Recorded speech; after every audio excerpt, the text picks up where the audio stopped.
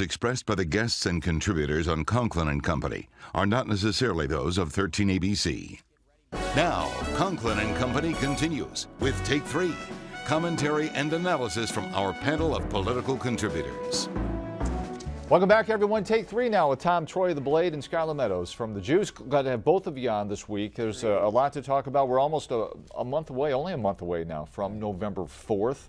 And let's start with the down ticket races. We know that Kasich has an advantage in the polling over Fitzgerald, but does that translate to the all-Republican incumbent slate on November 4th? What about challenges for the GOP? Tom, we'll start with you.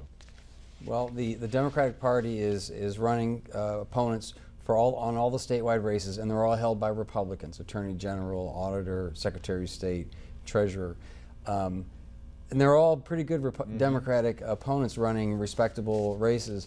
Their trouble is that it's kind of a Republican year nationally, and here in Ohio, the man who's supposed to be leading the ticket on the Democrat side, Ed Fitzgerald, has imploded, to use one of the words that's been described. So it's making it all the tougher on these down-ticket Democrats to get out their voters and to whip up enthusiasm among traditional Democratic voters and get them out to vote. Perhaps the closest race, Skylar, is that race for treasurer with Josh Mandel and Connie Pillich, with the Democrat, at least in some polling numbers, showing that she's up by a few points.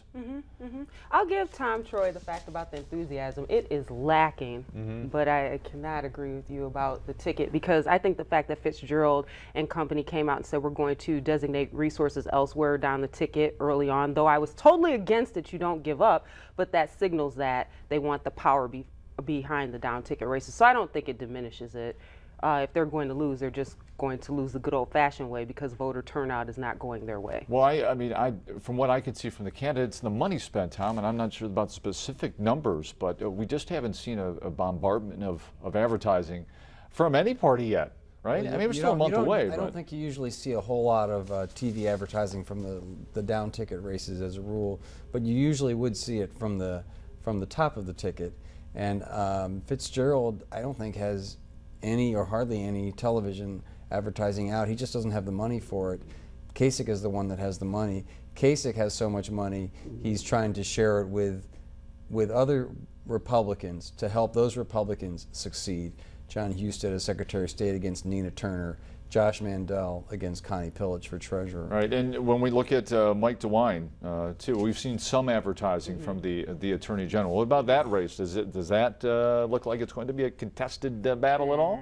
I'm not sure. I think, again, that goes back to the enthusiasm, but to, again, bring a perpendicular spin to what Tom Troy is saying about the advertising, I think because the races aren't hotly contested, might be the reason why they haven't spent advertising dollars. Because why would you dump your dollars if you know that nobody's paying attention to your race? Does Ohio have voter fatigue from 2012 still? Like, there are a lot of unanswered questions politically. We can tell you that David Pepper, the Hamilton County Commissioner, has accused Mike DeWine of pay-to-play politics, and that always seems to come up at election time. And so David Pepper, he has some name recognition, does he not, Tom? He does have some name recognition, and he ran 4 years ago for another race. I think it was Attorney General, and that's part of what DeWine is saying. This guy doesn't care what he gets elected for; he just wants to get elected. But Pepper is running a very aggressive race, and he's gotten under DeWine's skin a little bit. He's challenged him on the pay-to-play, which has to do with the Attorney General awarding contracts to attorneys who supposedly have contributed to his campaign accounts.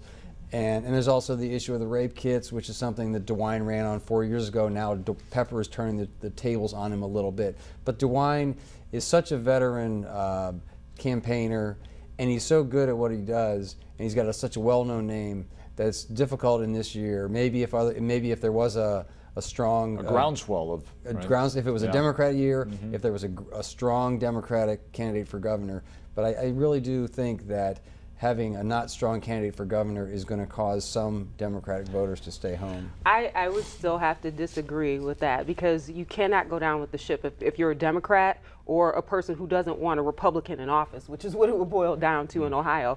You want to go out and turn out. So just because the top of the ticket is probably not going to win doesn't mean you cannot vote. or Nina should Turner vote. has said that people are beginning to notice what the Secretary of State's office does with all the election hijinks that we've seen, and even some of the problems with the local Board of Elections, that people are starting to notice what the Secretary of State's office is all about, and she believes that that will generate some voter turnout and in turn give her a shot to beat or perhaps upset John Husted.